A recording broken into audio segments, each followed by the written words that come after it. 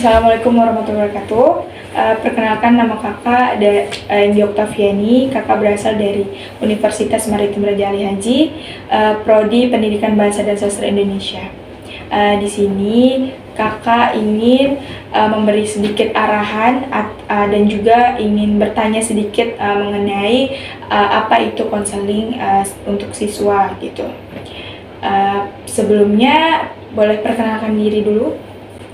Perkenalkan, nama saya Bagus Ranwijaya, saya dari jurusan Bahasa di SMA Negeri 2 Tanjung Pinang. Nama saya Ayang Senang, saya jurusan IPS, sekolah di SMA N2 Tanjung Pinang. Apakah adik pernah mendengar atau pernah mengetahui apa itu tentang konseling siswa? Pernah, konseling adalah suatu program di sekolah di mana terdapat antara guru dan siswa.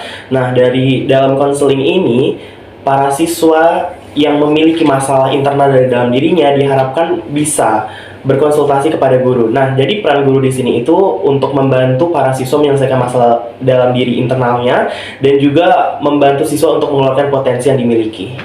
Baik, jadi sedikit dari kakak yang menambahkan manfaat dari bimbingan konseling ini itu menciptakan pandangan yang berpikir positif kepada diri sendiri dengan adanya perasaan lebih bahagia, lebih baik, lebih tenang, serta nyaman, dan menurunkan tingkat stres pada siswa seperti kayak pekerjaan rumah, banyak tugas gitu kan, tugas PR gitu dari guru, seperti itu ya. Nah, selanjutnya menurut kamu, mengapa bimbingan konseling ini sangat penting? Sangat penting karena seperti kita tahu bahwasanya siswa itu merupakan masa peralihan dari remaja ke dewasa.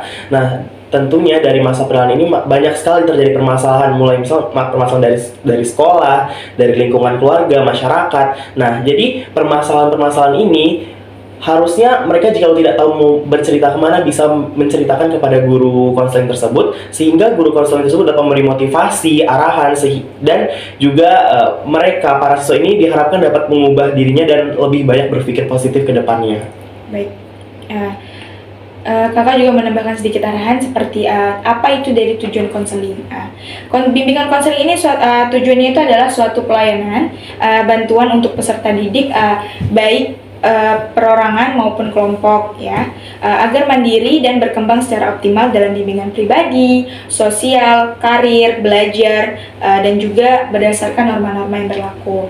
Nah, di sini kakak mau nanya lagi nih, mengapa bimbingan konseling itu sangat diperlukan khususnya di kelas?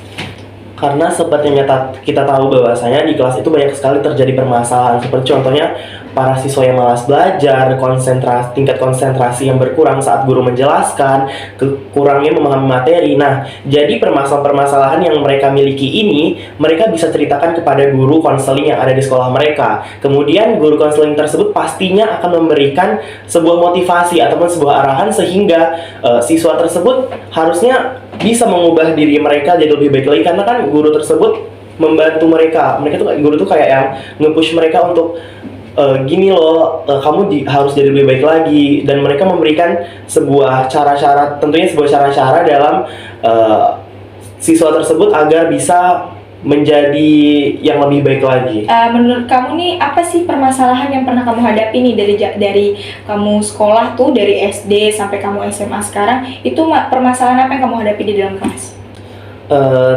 Tingkat konsentrasi memahami materi yang kurang, terus juga kadang tuh muncul rasa malas untuk belajar. Jadi gimana sih cara kamu biar memotivasi diri kamu sendiri nih? Menyadari sih bahwasanya pendidikan ini suatu hal yang sangat berguna bagi kehidupan saya nantinya. Terus juga saya memunculkan niat, karena sesuatu yang didasari tanpa niat ya hasilnya percuma. Jadi untuk mengatasi rasa malas tersebut ya tentunya saya meniatkan dalam diri sendiri dan menyadari bahwasanya belajar itu adalah hal yang penting dan sangat berguna bagi masa depan saya. Kamu pentingkah bimbingan konseling ini dalam dunia pendidikan? Penting karena ya seperti yang sudah saya katakan tadi bahwasanya banyak sekali terjadi permasalahan dari dalam diri murid karena mereka merupakan dari masa peralihan dari remaja ke dewasa, sehingga dalam dunia pendidikan ini konseling itu sangat dibutuhkan demi mengeluarkan potensi-potensi yang dimiliki setiap murid, kemudian juga menyelesaikan masalah-masalah internal yang ada dalam diri mereka sendiri. Apa sih masalah yang sering kamu hadapi mau di lingkungan sekolah ataupun mau di dalam lingkungan kelas? Kalau di lingkungan kelas Kak, palingan pas ada kerja kelompok sih Kak, ada teman-teman yang kurang inisiatif untuk ikut andil dalam bekerja sama untuk menyelesaikan tugasnya sih Kak. Jadi tugasnya akhirnya kurang maksimal gitu. Baik, setelah kamu mengalami masalah ini, apa upaya yang dapat kamu lakukan? Biasanya sih Kak, saya chat satu-satu, saya telepon. Terus kalau misalnya mereka tetap tidak ikut mengerjakan, ya saya tak tulis namanya aja sih Kak. Kalau boleh tahu, apakah ada masalah lain yang kamu hadapi di saat belajar? Kalau dalam masalah pembelajaran, mungkin ada guru yang jarang masuk, tapi sekali masuk tuh langsung ngasih tugas banyak banget. Jadi kayak agak kewalahan sampai begadang gitu sih Kak. Apa kamu lebih menyukai tidak pelajaran dari guru tersebut? Apalagi guru tersebut tuh kan jarang masuk tuh. Saya sebenarnya tidak masalah di dalam pelajarannya maupun gurunya. Tapi mungkin akan lebih baik kalau gurunya lebih sering masuk sih Kak, biar lebih memahami juga materinya. Baik, menurut kamu apakah tindakan yang kamu lakukan tersebut berdampak negatif atau positif terhadap prestasi belajarmu? Sebenarnya juga kalau dampak positif maupun negatif tidak terlalu berpengaruh, karena kalau dari kerja kelompok, meskipun teman-teman tidak mengerjakan, tapi tugasnya itu tetap selesai Kak, meskipun yang kerjain cuma beberapa orang aja.